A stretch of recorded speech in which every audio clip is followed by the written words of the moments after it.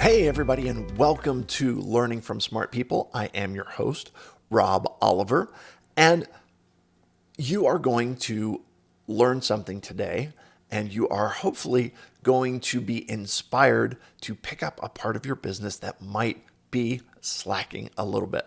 My guest is an expert in follow up, and she is a sales strategist. Her name is Wanda Allen, and she says follow up is crucial to closing more sales and having strong relationships, but it is a real struggle for many sales professionals and entrepreneurs. Today, you'll learn the common barriers and how to overcome them so you can be sure you're getting this very important work done on a consistent basis. Wanda, welcome to the show. Well, thank you. I'm excited to be here. Absolutely. So let's start this way.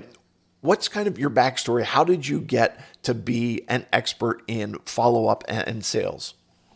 Okay, so I had a 25-year corporate career and I was a business banker. And I spent the lion's share of my career managing SBA departments, which small business administration loans, and I managed big departments, $100 million plus in annual loan volume. And that kind of forced me to develop a strong skill for creating systems, because how do you stay on top of all those loans and rules and regs, because they're government loans? And then when I was asked if I would consider the position of branch manager, and I was ready for a change because it'd been about 15 years of managing SBA. So I accepted the position, which put me into sales. And I studied the sales process and realized how critical follow-up is to the sales process, to every single stage in the sales process. And I thought, how do you stay on top of all this? And I fell back on my systems I fell back on my skill of creating systems and develop systems for following up. And then there's an extension of following up, which is called staying in touch, known today as relationship management. And so I developed systems for both of those phases in the sales process. And then when my bank was acquired, we were not the lead bank, and I was a senior vice president, and I was part of senior management, and the lead bank had someone in my position, and you know how that story goes. And so I wasn't sure what I was going to do, and a friend of mine suggested, why don't you speak about how you follow up? And I thought, what a crazy idea. That kind of sounds ridiculous. But I thought, you know what do I have to lose? And I learned really quickly that in general, people really struggle in this area. And I didn't know that I was doing anything special or out of the ordinary. But then it just evolved into where I am today, 11 years later. Okay, so I think you and I have kind of a little bit in common with this. Okay. As speakers, there's part of it that feels like this is just little old me doing my little old thing, and it's nothing really special. And Mm-hmm. yet, there are a lot of people out there that struggle with exactly what you and I have struggled with, or or what we have learned about, and we're able to share. Here is here is how I was in your situation, and this is what I have learned. And now, this is the really amazing thing for me. And we were talking about this a little bit in the pre-show. My spinal cord injury, right? I've learned so much about life, and what I like to do is to be able to talk to people and to share with them, here, I don't want you to have to go through what I went through, but let me share with you what I've learned. And Right. that's really what you're able to do. So talk to me then about, I would imagine, creating a system and talking about systemizing things. Sometimes people's eyes just glaze over and they're like, this is not my thing. Can you talk about how to make your system, how to make it something that people are able to work with and not just kind of zone out when you start talking about it? Yeah, so systems, it's a cold clinical word, isn't it?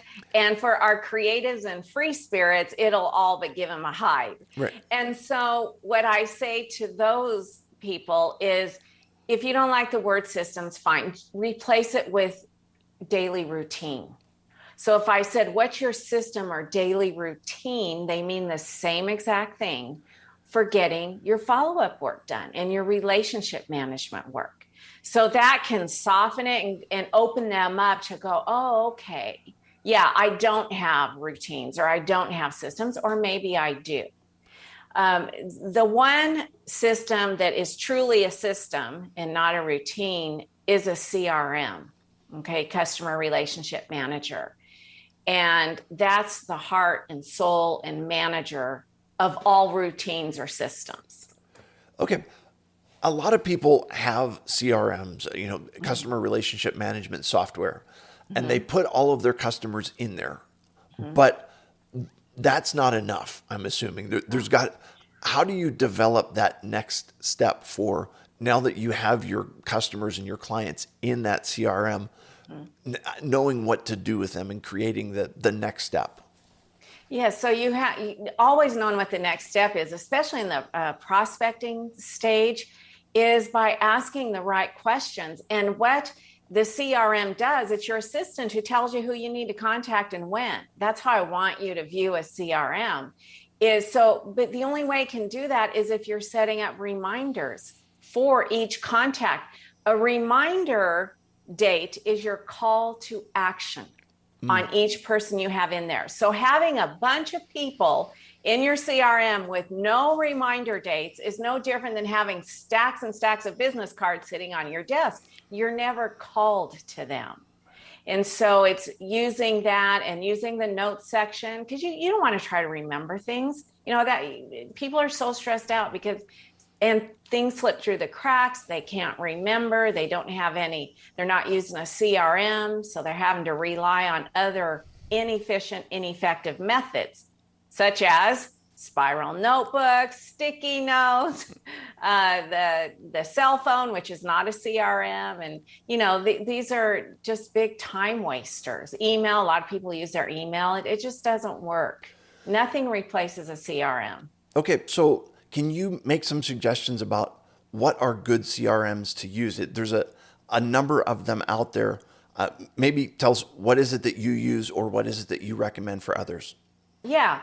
So I wish I could say this is the one for everyone, but I can't say that because we're all so different. And I also encourage less is more, simpler is better, because if it's too complex or complicated, you're not going to use it. It's going to be overwhelming, especially if you're not really comfortable with technology. So people do want to know what I use, and it's a funny name. It's called Less Annoying. And it's simple, but it's relevant. And if your audience wants to check out, see Less Annoying, mention my name. I'm an affiliate with them, so I'm being very transparent, okay? You'll get a free 60-day trial, and most CRMs offer 30. Having said that, I don't care if you use Less Annoying or not. All I care about is that you get one that you will use. But if you like Less Annoying, take advantage of the 60-day free trial. There's a HubSpot, HUB, Spot is another good one. Pipedrive, PIPE Drive. Zoho has been around for a long time, ZOHO. And don't think you have to make a big old investment, because you don't. They're not expensive. Less Annoying is $15 a month. We're not talking a lot of money here. The more sophisticated it is, the more expensive it'll be. But still, it is a very reasonable cost, and it's one of the most important assets you will have in your business. So please don't be penny wise and pound foolish when making the decision. And there are free versions out there, but I just say proceed with caution, because you know what we get when it's free. You get what you pay for, is what I've often been told. Yeah, that old adage. Yeah. Yeah. Okay. So we talked about doing a CRM, talked about developing a system. There are some folks that say, well, like, I kind of have a system. Have you seen have you seen systems that aren't working or aren't functional? Like, what are the classic elements that you're looking at to say, yeah, I hear you, but there's a better way. Does that make Yeah. sense? Oh, yes. And so what happens is, whatever people are using in place of a CRM, they will say, but this works for me. This is good. No, it's actually where you're comfortable. Ooh. And it's you've got to be willing to be uncomfortable long enough to incorporate a CRM to your daily business life, get to know it, learn it, and then you will never not use one. Because I talk to a lot of people who are successful that don't use a CRM. And I think, good for you, but I'm telling you, you've probably missed out on a lot more success because you haven't used a CRM. And there's just so much more business for you when you have order and organization to your contacts, prospect clients, referral sources, colleagues. That has to be orderly. And that's what the CRM will do for you. Yeah, I was going to say that what you're talking about is an investment of $15 a month, which, Yeah. you know, give or take whatever it is, Mm-hmm. when you consider what your time is worth and the the level of efficiency that systematizing things can bring, it's making a difference. It's systematizing. Is that an actual word? I've Yes. okay. It is in my Oh, vocabulary. good. So you and I are on the same page with this. It's in the Rob and Wanda dictionary, which doesn't do a whole lot of good for anybody else. But you understand what I'm talking about, where Yes. you move something from being haphazard to being an actual that you've got a plan in place for everybody. And okay, let me just give you an analogy and get your thoughts on this. Okay, there is a car dealership group here in the Pittsburgh area, and they have a process. Okay, Mm-hmm. and everybody goes through the same process. And now they've done all the research, and the research is that you have to bring somebody in, and you have X number. You have to talk to them for this long. You have to take them for a test drive. You stop in the middle of the test drive and you get out and you show them different aspects of the car. And then they literally, the process takes an hour. Mm-hmm. And the sales manager is trained that if you have not spent an hour with the customer, then you cannot sell them the vehicle. Uh, that to me sounds like it's a system that works for them and it's very well researched and it's very successful. But they're saying every single person that comes through the door fits this client, fits this model, and we're going to make it work. Are there ways to have adaptable systems so that in that instance you have somebody who like, I want the car, I know what I want to come in, I want to write the check, I want to go home, right? Mm-hmm. So how flexible can you be with systems, or how rigid do the systems need to be depending on who you're seeing or how you're working with clients? Is that a fair question? Yes. And I mean, I think, if you have in the scenario you just described, yes, my recommendation would be to have two systems in place or processes. One is for the kind of the looky loo, yeah, we're interested, we're not really sure. And then you have a process for the one that says, no, we want this. This is the kind of car we want. We're ready to write a check, or we've been approved. And you don't want to take them through the hour-long process because you may lose them if because they don't need all of that. So certainly there are situations where you do have a couple different processes, but you don't want a lot of them because it's going to get confusing and which one goes where, and it's ineffective. Got it. So talk to me then about like you're talking about people that are creative and people that are more structured. Mm-hmm. Okay. And I would imagine that that's kind of the personality. But is there a mindset that goes with this that helps people to be more organized in and systemic in what they're doing? Yeah, so mindset's huge with follow-up. So there's two sides to that. The first side is what we're talking about right now is being open to processes and systems, because you have to be open or it's not going to happen. And you have to have the right mindset to get you to a place of openness, which is understanding what processes and systems and routines will do for you. They're going to create structure, and we all need some kind of structure to our day, because if you don't have any structure, you walk in and it is a free for all. And you're doing what I call slipping and sliding all over the place. So they will also organize you. If you're not naturally an organized person, even more the reason to have some kind of process or systems in place. They're going to keep you consistent. You can't have change in any area if you're not consistent. And the last thing they'll do is they're going to make you far more efficient. The more efficient you are, the more productive you're going to be. And the more productive you are, the more business you're going to close, which means the more money you're going to make. And that's always a great thing. So that's the mindset towards being open to processes and systems.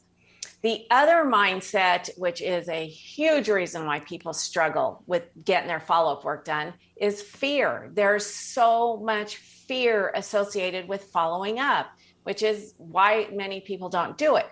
Fear of being uncomfortable. Is it uncomfortable work? Yeah, but in the beginning only. View it as a muscle. The more you do it, the stronger you get. Fear of being pushy. I hear that all the time. If I keep following up, I feel like I'm being pushy. Who wants to be that pushy salesperson? Fear of not knowing what to say, fear of not knowing the outcome, fear of appearing desperate. Well, I've heard that, they're going to think I'm desperate for business if I keep following up. Fear of rejection. I mean, there's just so many fears that are associated with following up. So I always suggest do everything you can, get your mindset right to be on top of your fears. Don't let them be on top of you, because we all have fears. To not fear would to be not human, right? And so you have to manage them, and how you manage them is with your mindset. It's what goes on in between the ears. Okay. That's a crucial fundamental in follow-up. Yeah. All right. So you mentioned the fact that you've got to have structure, and we all need structure. I remember someone pointing out, whenever you go to the grocery store and they sell boneless chickens, how do boneless chickens walk around? Right? You need the bones in order to form the structure that goes around. You were talking about fear and about why people are afraid to follow up, and I was thinking about it from the perspective of, like, I called them once and they didn't want to buy at that point. And now I'm going to call them again only to have them not want to buy. And there's that, as you mentioned, fear of rejection. Are there ways then to do follow-up that is not necessarily a sales follow-up, or it's intended to establish relationship instead of create a sale?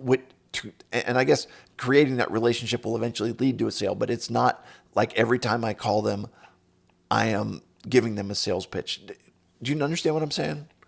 Yes. So research tells us that 80% of sales are made between the 5th and 12th contact. And I believe that to be a spot on statistic. So what I encourage is you follow up 5 times for the business or for the meeting. And then after that, you can start mixing it up where it's not every single time you're trying to make that sale or get that meeting booked. But you have to do your due diligence, is what I call it, with that prospect, because if they've expressed an interest, it is now your job to follow up with them and then stay in touch. And if a prospect tells you no, you decide, is this okay, I'm going to let them go, or it's somebody that I want to continue to stay in touch with. There's a philosophy out there that no means not right now. And it can mean that, but I can't stay in touch with every prospect that tells me no. I don't have that kind of time. And so I pick and choose who I want to continue to stay in touch with after I've received the no. Okay. I've got kind of a random question here, but I'm thinking, you mentioned that in your CRM, you're including notes.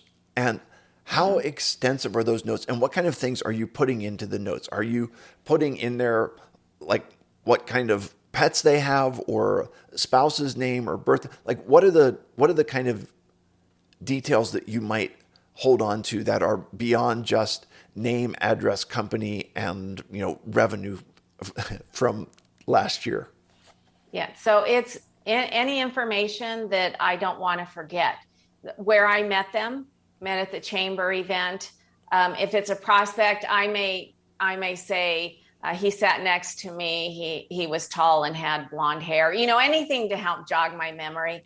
And then in conversation, if I met him at the chamber event and he's an organizer of a networking group, and is interested in my presentation and wants me to follow up next month, that's what I'm going to put in that notes section. And then I'll set a reminder for October 30th. So that when October 30th comes along, I'm not trying to remember anything. I simply go into my notes section and go, okay, now I remember, and I follow up. So it's what you need to remember is what goes in there. If you want to reach out on birthdays, you got to have their birthday in there. Okay. And that's kind of leads me into where I was going next. It is what are the kind of things that you are touching base on? Because birthdays is easy. If you can get that information, a lot of times it's available on LinkedIn. Um, you know, LinkedIn shows you work anniversaries and so on. What are the other kind of, are there low lying fruit that's there that are ways to connect with people that are very, very friendly and very relationship building that aren't necessarily salesy? Yeah, so it's a mix. I always say when you're in the staying in touch phase or you're developing that relationship, you want it to be a mixed bag of goods. Because what happens is people fall into the trap of electronics and technology is their be all and end all line for everything, communication and staying in touch. And you need to be more than that. So handwritten cards, social media connections, and maybe notifying them something exciting about your business or a new product or service, or maybe you pick up the phone and just want to call and see how you're doing. I mean, there's just, you want to be creative and think outside of the technology box, because the whole world's staying in touch through technology. And what are you doing that's standing out and that's different? Okay. You are from down south, or you're living down south right now, okay? And something tells me that if you pick up your phone and call someone who is also from the south just to say, "Hey, how's it going? I just was thinking about you and wanted to see how your day is." Somehow I feel like that would be much more well received than up here in, you're calling somebody in New York City and say, "Hey, I was just wondering how your day is going." And they're like, like I would imagine them saying at the lunch table, like, "I had this guy who called me this morning and he just wanted to see how I was doing." And I was like, "I got stuff to do. I don't have time to be on the phone telling you how my day is going." What's kind of the balance there? And do you find that that's regional at all? No, because I spent a lot of time in California. That's, where my home base is. And I call people all around the country. And so you have to be really careful not to think you know what somebody's going to think. And if I'm calling I just want to, it's been a while since we talked, just want to call and see how you're doing. People are honest. Oh, I'm doing great. But you know what? I'm heading into a meeting or I'm under a deadline, and the call is going to be very short. But I'm not going to take that on as they didn't want to talk to me. So just remember that the only thing you have control over is your action, and you have no control over what they're going to think, how it's going to work out, how it's going to end. And if somebody's offended because I was calling to see how they're doing, Maybe that's not somebody you want to do business with. yeah, Okay. yeah, It's so funny that you say that, because I remember there was a story about, a boyfriend and girlfriend, and before they were dating, he had asked her, like, "Hey, do you want to go out on Friday night or something?" And she says, "No, I've got plans with my family." And he was just totally bummed out and thought that, she's not interested in me. And it turns out, well, she was very interested, but on Friday night, she literally had plans with their family. She wasn't blowing him off. She was telling him the truth. And so there is that fine line of understanding between when somebody says no, it might, as you've said, it might just be that it's not right now. And other people, they are no means no people. Do you have any? You gave me a statistic that I thought was really cool. You told me that is it 80% of sales happen between contacts 5 and 12? Do you yes. do you have any other cool statistics like that? I'm a math person, and statistics like that I love. Okay, yes, I have a few of them. So 80% of sales are made between the fifth and 12th contact, but only 10% of people make three or more. And I believe that is a spot on statistic as well. And so that shows that how much business is being left on the table if you're in what I call the elite 10% that's willing and able to make three or more contacts. Older research told us that 49% of people, I'm sorry, 48% of people never followed up. And I was never in agreement with that because I always felt it was so much worse. Newer research is telling us that 79% of people never follow up. That I'm on board with. That's how bad it is out there. People don't do it. So I encourage your community, commit to your follow-up responsibilities, get your arms around it because there's so much more opportunity for you because people don't do it. And when I say people, I'm talking about your competitors. So if be the one, be in the elite 10%. And then the last statistic I have for you is that only 2% of sales are made on the first contact. So that means 98% of the time you have to follow up. Got it. Okay, we're almost out of time, and this will be my last question for you. Okay. What kind of time frame would you say is an appropriate follow-up time frame? If I reach out to somebody, maybe I send them an email and I don't hear back from them, how many, like how long before I should reach back out to them as that part of that follow-up?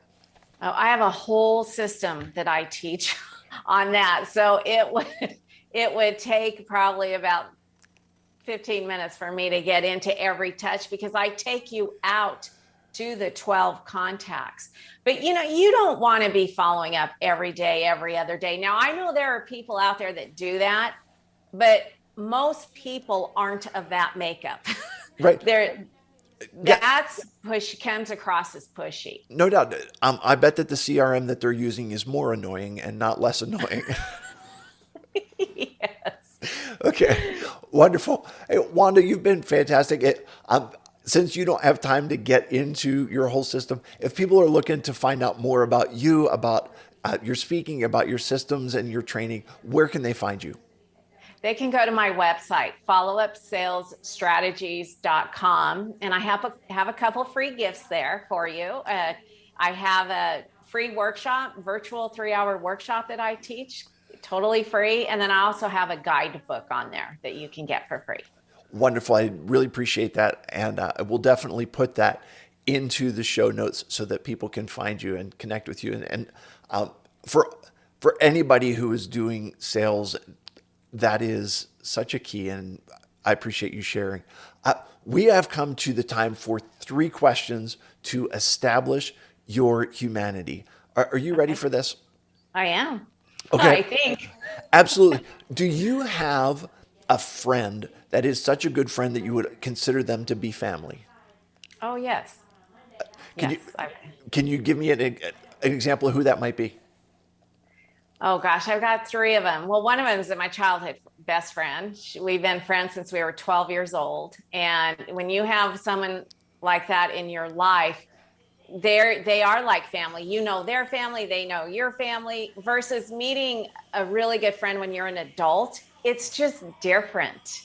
Yeah, But I have 2 other friends that I've met through business that would do anything for me. I could call them any time of night or day, and I know they'd be there. yeah, it's really cool. When I was growing up, I had 2 friends that I was really close with. My One of them was a guy named Mark, and he I grew up out in Philadelphia. I moved to Pittsburgh. He came out to visit, met one of my wife's friends, and they got married. He lived across the street from me, and sadly passed away probably 3.5 years ago from cancer. But his wife and his sons live 2 doors down from us, and I'm still close with them. And made the promise to him that no matter what happens, I will always keep an eye out for his family. Those are the Yes. kind of people that they may not be blood kin, but they're as close as family can get. Yeah. What is one thing that really to you will kind of calms you and keeps you at peace for the day? Oh, I start my day out every morning, almost every morning. 30 minutes in the Bible. I love it. Keeps me grounded. You can't go wrong there. You've got your word of wisdom for the day that keeps everything safe. Uh, It's the best self-help personal development book on the planet. no doubt about that. Okay, um, you are down south. You're in Mississippi. Tell me, what is a a Mississippi staple as far as food goes? What is the thing that you say this is what is a, this is should be the Mississippi state dish, or something along those lines that you would say this is classic Southern food? For me, it's fried catfish. It is simple. It is so good. And mashed potatoes and gravy. Uh, That is my uh, guilty pleasure. okay, Definitely. and all right, I will give you honest truth here, and that is, now that they have farm raised catfish, it's a lot better, because when I was a kid and you would catch catfish and you would, like, in the river, and you brought them home, and when you could fry them up, and my mom was whatever it was, they still tasted like mud. But nowadays they've got the corn fed farm raised catfish, and they don't taste like mud. You're right; they are absolutely delicious. And how can you go wrong with that? You know, the Southern tradition is that whatever it is that is around, let's fry it, and it. How can you go wrong with that, right? Yeah. And you know what's crazy out here, which is never in California? Gas stations here have the best food. I mean, like my husband, I don't eat fried chicken, but they have the best fried chicken. You get it at gas stations. Fried catfish. I mean, it was so crazy, but it is some of the best. No, so, okay, real quick, I'm a dad and I love dad jokes. And I remember there was a gas station that had a sign out front, and they were advertising that they had food as well as gasoline. And their sign said, "Eat here, get gas." I don't think that it meant exactly what it said, but you understand where I'm coming from. Wanda, thank you so much for being here today. I appreciate you sharing. And to all my listeners, thank you. I hope that you have enjoyed this and learned as much as I have. And I will remind you that when you stop learning, you stop living. Have a great day, everybody.